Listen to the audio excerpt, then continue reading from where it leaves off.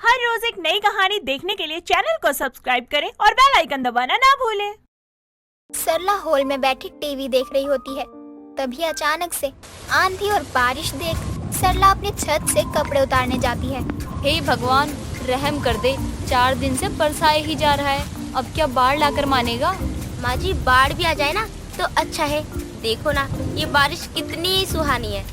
अरे नाचना बंद कर और कपड़े ले चल, बारिश बहुत तेज होने वाली है। नाचू मैं आज छम छम छम छम छम छम। लगता है मुझे ही कपड़े लेकर जाना पड़ेगा, क्योंकि मोरनी तो अब बारिश खत्म होने से पहले यहाँ से जाएगी नहीं।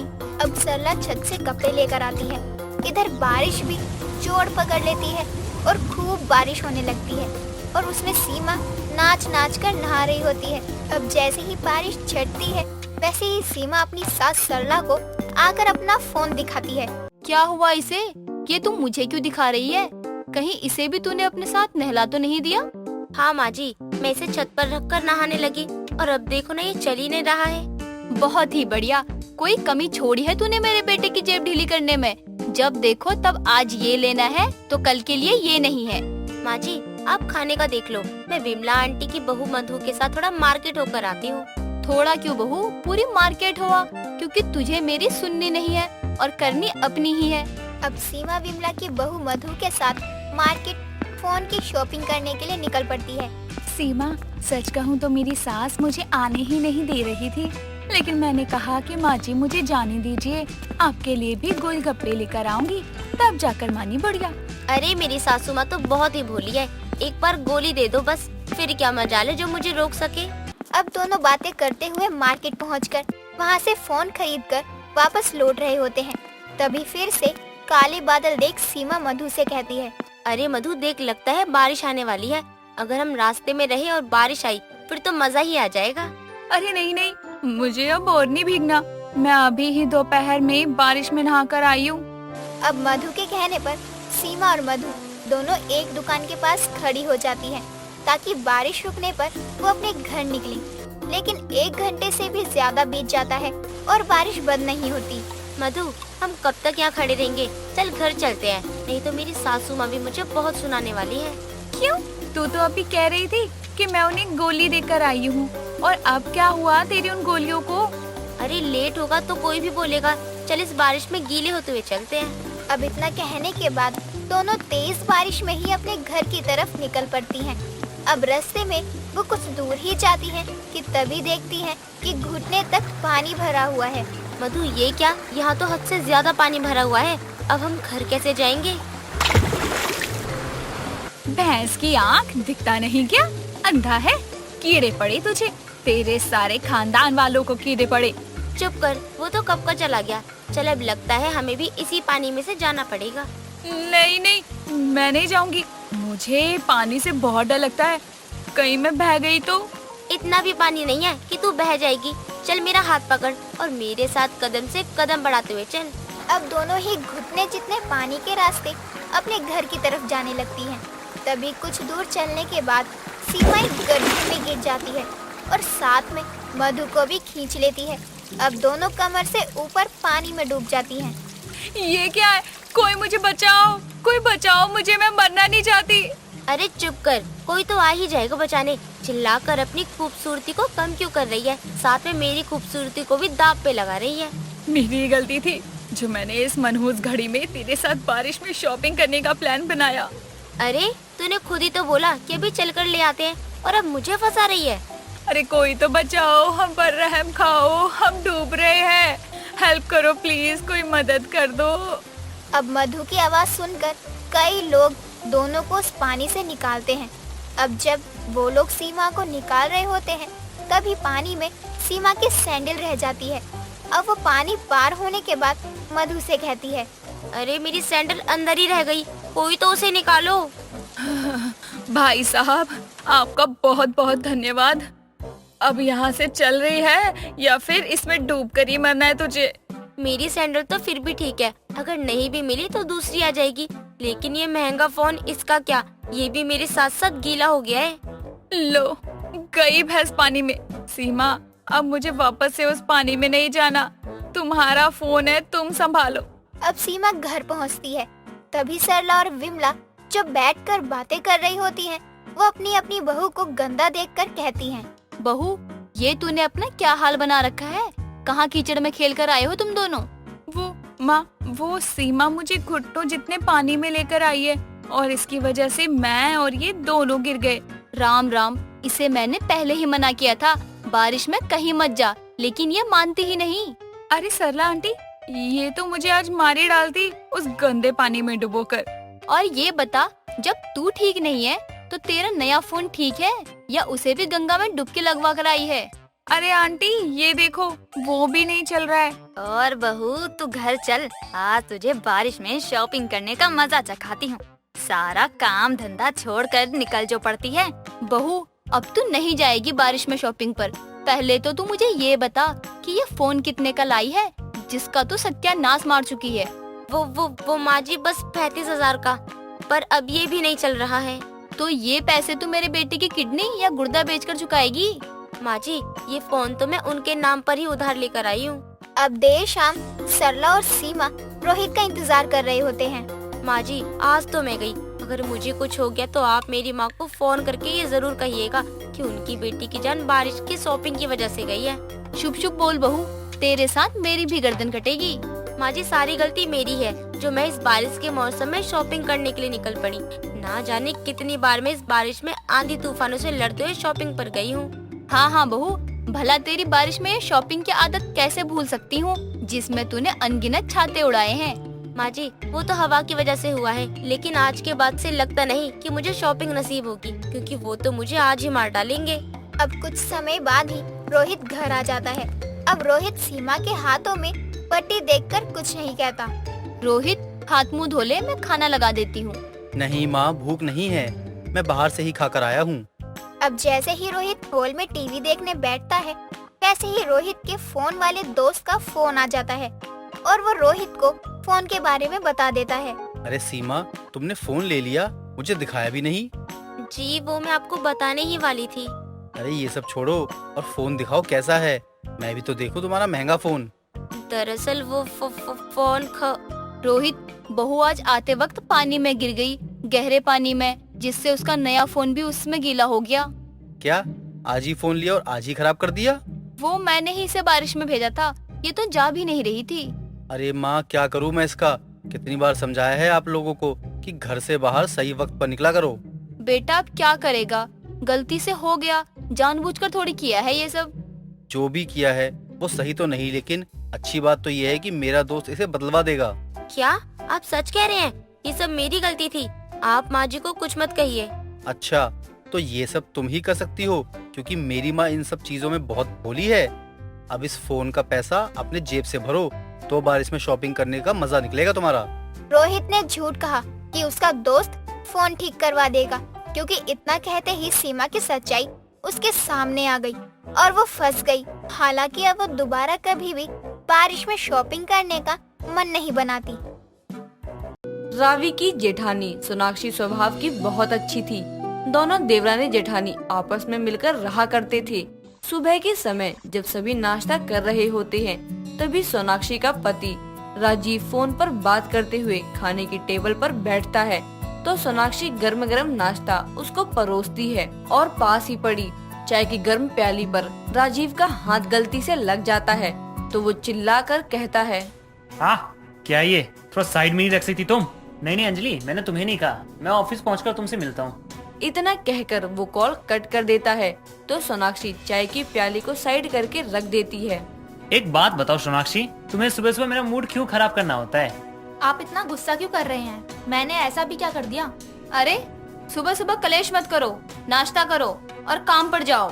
बहू, जरा पानी तो देना। जी सासू माँ। तभी सोनाक्षी अपनी सास को पानी देती है और उसका देवर आशीष भी कमरे से आता है और मुस्कुराते हुए रावी के सर को सहलाकर नाश्ते के लिए बैठ जाता है। आप टोस्ट लेंगे या पराठे? जो तुम प्यार से परोस दो, मैं तो कहता हूँ दोनों ही दे दो। हाँ बहू, परोस दे। शादी होने के बाद से इसकी भूख तो बढ़ सी गई है।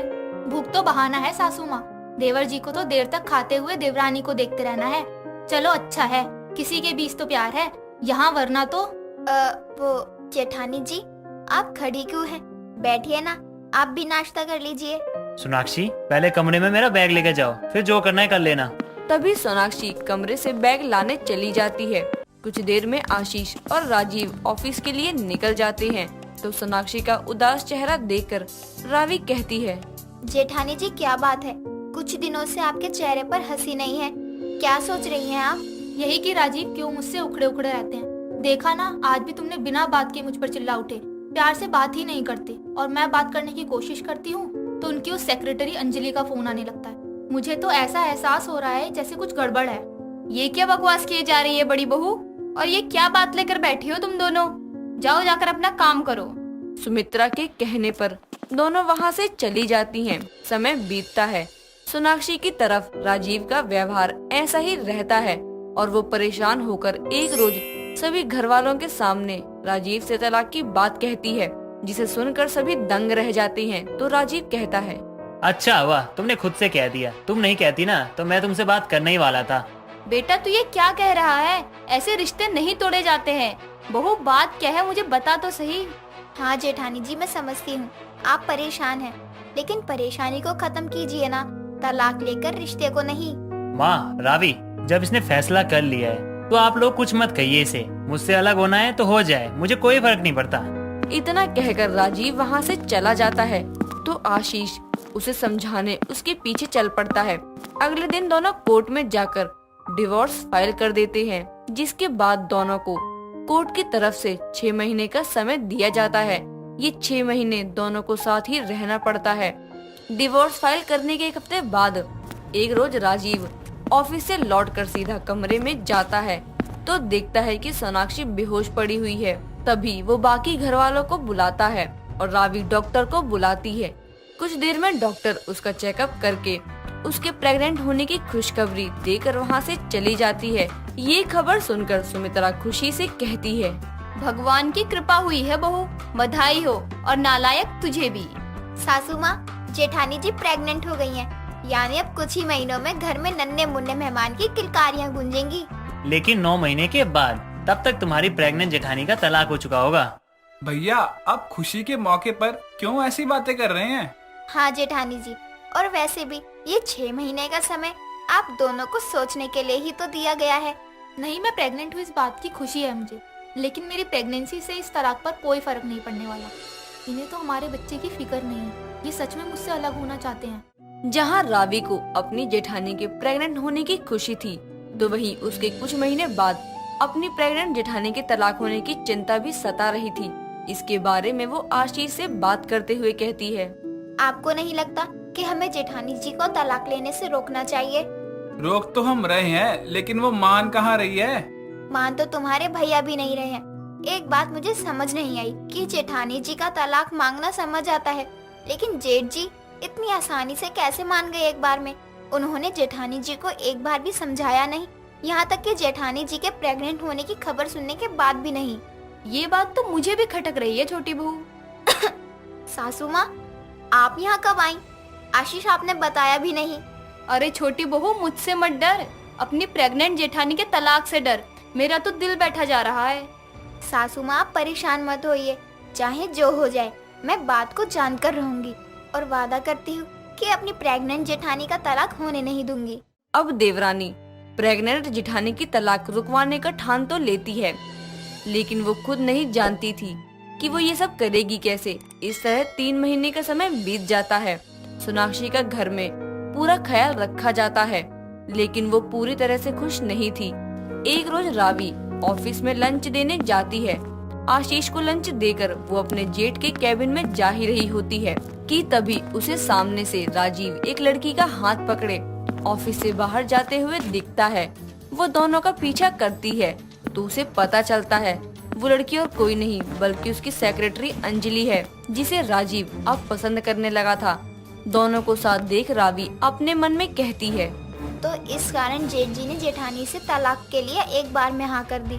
हो ना हो, जेठानी जी भी इस बारे में जानती होंगी, तभी वो प्रेग्नेंट होकर भी तलाक लेना चाहती है।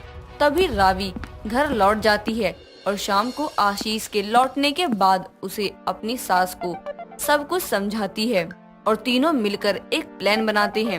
अगले दिन सभी घर पर होते हैं। राजीव अपने लैपटॉप में काम कर रहा होता है। तभी रावी सबके लिए चाय लेकर हॉल में आती है और कहती है, ये लीजिए गर्मा गर्म चाय। जेठानी जी, मैं पूछ रही थी, तलाक के बाद बच्चे की कस्टडी तो आप ही रखेंगी ना? ये भी कोई पूछने वाली बात है? अरे बच्चा तो माँ के पास ही रहता है ना। किसने कह दिया ये? जैसा ये बच्चा इस दुनिया में आएगा ना, वो मेरे पास रहेगा, वो भी इस घर में। ये बात मैं अभी से कह देता हूँ। क्यों जेठ जी, आपको जेठानी जी के साथ नहीं रहना, लेकिन उनके पेट में पल रहा बच्चा आपके पास रहे, ये आप क्यों चाहते हैं? क्योंकि वो बच्चा मेरा भी है रावी। और माँ, आप क्यों नहीं कुछ कह रही हैं? आप नहीं चाहती कि आपके घर का वारिस आपके पास हो? चाहती तो मैं तुम दोनों का तलाक भी नहीं, लेकिन वो भी तो हो रहा है ना। मुझे नहीं पता, बच्चा सिर्फ मेरे पास ही रहेगा बस। बिल्कुल नहीं, मैं नहीं चाहती कि मेरे बच्चे को उसकी माँ के होते हुए कोई सौतेली माँ पाले। उसकी ये बात सुनकर सभी दंग रह जाते हैं, जिसके बाद वो तलाक लेने का असली कारण भी बता देती है और रोते हुए अपने कमरे में जा रही होती है कि तभी सुमित्रा कहती है, नालायक, तू बहू को धोखा देगा? मैंने कभी नहीं सोचा था। हाँ जेठ जी, जेठानी जी ने ना चाहते हुए भी तलाक लेने की बात कही कि शायद आप तलाक के लिए मना कर दें, लेकिन आपने तो हाँ कर दी। क्या जेठानी जी आपकी जिंदगी में कोई मायने नहीं रखती? रावी बोल ही रही होती है कि तभी कमरे में जा रही सोनाक्षी चक्कर खाकर गिर पड़ती है। तो राजीव उसे अपनी बाहों में उठाकर कमरे में ले जाता है और डॉक्टर को बुलाने पर पता चलता है कि स्ट्रेस के कारण सोनाक्षी की हालत ऐसी हो रही है, इसीलिए प्रेगनेंसी में उसका खास ख्याल रखने की सलाह देकर डॉक्टर वहां से चला जाता है। इस तरह 2 महीने बीत जाते हैं। इन 2 महीनों में राजीव सोनाक्षी की परवाह खुद से भी ज्यादा करने लगता है। तभी कोर्ट की ओर से तलाक के पेपर्स आते हैं, जिन्हें फाड़ते हुए राजीव सोनाक्षी से माफी मांगते हुए कहता है, मुझे माफ कर दो सोनाक्षी, मैं भटक गया था। मैं दूर नहीं होना चाहता तुमसे। इन 2 महीनों में मैंने खुद को अंजलि से दूर कर लिया है। यहाँ तक कि मैंने अपना ट्रांसफर भी हेड ऑफिस के ब्रांच के ऑफिस में करवा लिया। तलाक मत लो सोनाक्षी, प्लीज।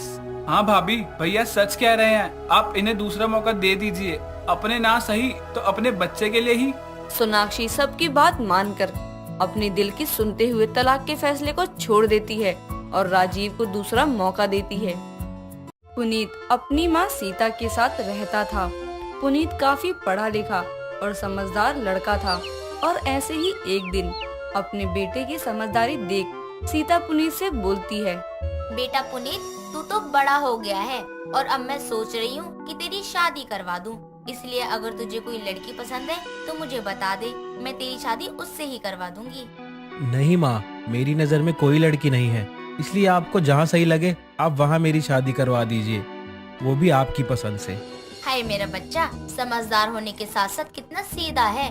मेरे बच्चे को किसी की नजर न लगे। इस तरह सीता अब पंडित जी से अपने बेटे के लिए लड़की ढूंढने के लिए कहती है और कुछ ही दिनों में पुनीत के लिए प्रिया नाम की एक लड़की का रिश्ता मिल जाता है, जिसके बाद पुनीत की शादी प्रिया नाम की लड़की से हो जाती है। ऐसे ही एक दिन सीता चुकंदर काट रही थी कि तभी वहाँ पर प्रिया आ जाती है और अपनी सास के हाथों को खून के जैसे लाल देखकर प्रिया बोलती है, हाय मम्मी जी, आपके हाथों से इतना खून कैसे बह रहा है? अरे बहू, मेरे हाथों से खून नहीं बह रहा है, ये तो मैं छछूंदर काट रही हूँ। पर माँ जी, मुझे तो ये चुकंदर दिखाई पड़ रहे हैं, आप छछूंदर कैसे काट सकती हो? अरे हाँ बहू, वही चुकंदर छछूंदर जो भी है। माँ जी, जो भी है नहीं, बोलिए चुकंदर। छछूंदर। चुकंदर मम्मी जी, चुकंदर। देख बहू, जो भी है, अब मेरा मजाक मत बना, समझी ना तू? मम्मी जी, मैं आपका मजाक कहाँ बना रही हूँ, मैं तो बस आपको बोलना सिखा रही हूँ। हाँ बस कर, मुझे बोलना मत सिखा। मैंने बच्चे बड़े किए हैं और उन्हें बोलना सिखाया है, और आज वही बच्चे मुझे बोलना सिखा रहे हैं। वाह मम्मी जी, आप तो गुस्सा हो गयी। चलो ठीक है, नहीं बनाती मैं आपका मजाक, अब ठीक है? सीता प्रिया का जवाब नहीं देती और मुंह घुमाकर वहाँ से चली जाती है। और जब शाम को पुनीत घर आता है तो वो खाने की टेबल पर सलाद के साथ चुकंदर का सलाद भी देखता है। ये देख पुनीत बोलता है, अरे प्रिया, ये क्या, आज सलाद के साथ चुकंदर भी है? वैसे आज ये क्यों? पुनीत जी, ये चुकंदर नहीं बल्कि छछूंदर है। क्या? हाँ, छछूंदर। क्या प्रिया, तुम गवारों वाली बात क्यों कर रही हो? ये बात तो हर छोटे बच्चे को पता होगा कि ये कोई छुछुंदर नहीं बल्कि चुकुंदर है, चुकुंदर। दोनों आपस में बात ही कर रहे थे कि तभी वहाँ पर उनकी बातों का जवाब देते हुए सीता आती है और अपने बेटे से बोलती है। बेटा, ये मेरी बातों का मजाक बना रही है। भगवान जाने मैंने कौन सी घड़ी में से तेरी शादी करवा दी। पर माँ हुआ क्या? मैंने चुकुंदर को छछुंदर बोल दिया, तब से ये मेरा मजाक बना रही है। पर माँ, आपको मैंने बोलना सिखाया, लेकिन आपने मेरी एक नहीं सुनी और मुंह टेढ़ा करके चली गयी। हाँ तो क्या गलत किया? अपना मजाक बनवाने के लिए मैं तेरे पास रहूं क्या? उन दोनों की ये बहस देख पुनीत चिल्लाते हुए कहता है। अरे यार बस करो तुम दोनों, हद कर दी है तुम लोगों ने। अरे ऐसे कौन लड़ता है? एक तो मैं ऑफिस से थक हार के आया हूँ, लेकिन तुम्हें तो कुछ दिखता ही नहीं। इतना कहकर अब पुनीत बिना खाए वहाँ से अपने कमरे में चले जाता है और उसको ऐसे गुस्सा देख अब दोनों सास बहू एक साथ मिलकर खाना लेकर पुनीत के पास जाती हैं और उसको मनाते हुए उसको खाना खाने को कहती हैं। ऐसे ही अब पुनीत भी मान जाता है और खाना खा लेता है। ऐसे ही समय बीतता है। एक दिन अपनी सास के साथ मिलकर वो समोसे बना रही थी, तभी वहाँ पर सीता की एक पड़ोसन आ जाती है और सीता को आवाज लगाते हुए उससे कहती है। सीता बहन, अरे ओ सीता बहन। उसकी आवाज सुनकर प्रिया अपनी सास को कहती है। लो, आ गई आपकी बेस्ट फ्रेंड समोसा खाने के लिए। अरे अब आ ही गई है तो क्या करें, चलना खिला ही देते हैं इसको समोसे।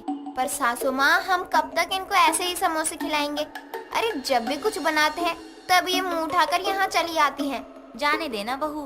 हाँ, आज तो जाने दे रही हूँ मैं, लेकिन आज के बाद मैं इनको अपने घर में आने ही नहीं दूंगी।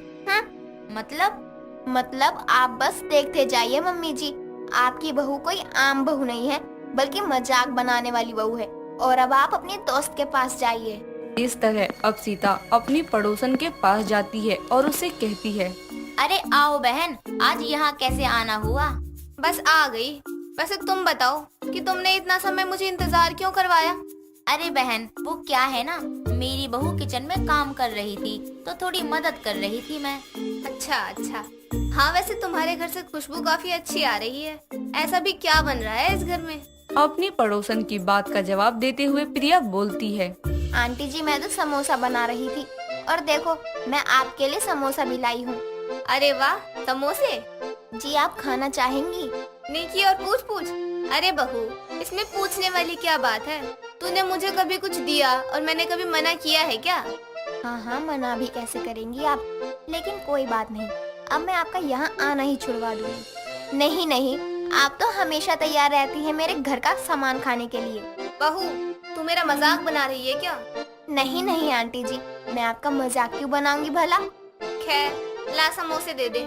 इस तरह प्रिया उसको समोसे देती है और जैसे ही पड़ोसन समोसे खाना शुरू करती है, वैसे ही उसके कपड़ों पर समोसे की चटनी गिर जाती है। साथ ही समोसे भी उससे नहीं टूटते। ये देख प्रिया बोलती है। आय हाय आंटी जी, ये क्या गंद मचा रही हो आप? अरे जब आपका पेट खराब था तो हमारे घर में आना जरूरी था क्या? अरे बहू, मेरा कोई पेट खराब नहीं है, ये तो बस चटनी गिर गई है। अरे आंटी जी, ये चटनी नहीं बल्कि आपका पेट खराब हुआ है। अरे इससे तो पता चलता है कि आप समोसे की कितनी बड़ी भूखी हैं। जो खुद पेट खराब है फिर भी आप हमारे घर में समोसे खाने आ गई हैं। तू कहना क्या चाहती है कि मेरे घर वाले मुझे खाने को नहीं देते हैं? अरे आंटी जी, मैंने कब कहा? आप तो खुद ही बोल रही हैं ये सब। और ये क्या, आपको तो समोसे भी खाने नहीं आ रहे हैं। छी आंटी जी, आप कितनी गंदी तरह से समोसे खाती हैं। देख रही है सीता, तेरी बहू कैसे मेरा मजाक बना रही है। अरे बहू लाई है, मजाक बनाने वाली बहू लाई है। अब बहन मैं क्या करूं, तेरी भी तो हरकत सही नहीं है ना। मजाक बनाने वाली हरकत तो तू खुद कर रही है, तो मेरी बहू भी तेरा मजाक बना रही है। और जब तेरा मजाक बन रहा है तो इतना चिढ़ क्यों रही है? मेरा मजाक बना रही है ना, देख लूंगी तुझे तो मैं। इस तरह पड़ोसन उन सास बहू से कुछ नहीं बोलती और गुस्से में वहाँ से जाने लगती है और जाते जाते वो समोसे की चटनी नीचे फर्श पर गिराकर चली जाती है। अब दोनों सास बहू हंसते हुए एक दूसरे को ताली मारते हैं। सीता अब हंसते हुए किचन में अपने लिए समोसे लेने जा रही थी कि तभी उसका पैर गिरी हुई चटनी पर पड़ता है और वो फिसल कर गिर जाती है, जिसके बाद वो रेंगते हुए अपनी बहू को बोलती है। अरे बहू, हाय मेरी कमर। मम्मी जी, आप सांप के भांति जमीन पर क्यों रेंग रही हो? अरे पागल कहीं की, मैं रेंग नहीं रही हूँ बल्कि मैं गिर गई हूँ। मुझे बहुत ही ज्यादा चोट लगी है। हाय, आ जरा मेरी उठने में मदद कर। पर मम्मी जी, सच में ऐसा लग रहा है कि आप नागिन बन गई हो। अब मजाक ही बनाती रहेगी क्या? अरे नहीं नहीं मम्मी जी। इस तरह अब प्रिया अपनी सास को उठाती है और उसको अपने कमरे में ले जाती है, जिसके बाद वो उसको दवाई दिलाती है और अपनी सास की खूब सेवा करती है। इस तरह अब सीता भी अपनी मजाक बनाने वाली बहू के साथ खुशी खुशी रहने लगती है। दोस्तों, अगर आपको ये कहानी पसंद आई तो इसे लाइक करें, शेयर करें और कमेंट करके बताएं कि कहानी में आपको सबसे अच्छा क्या लगा।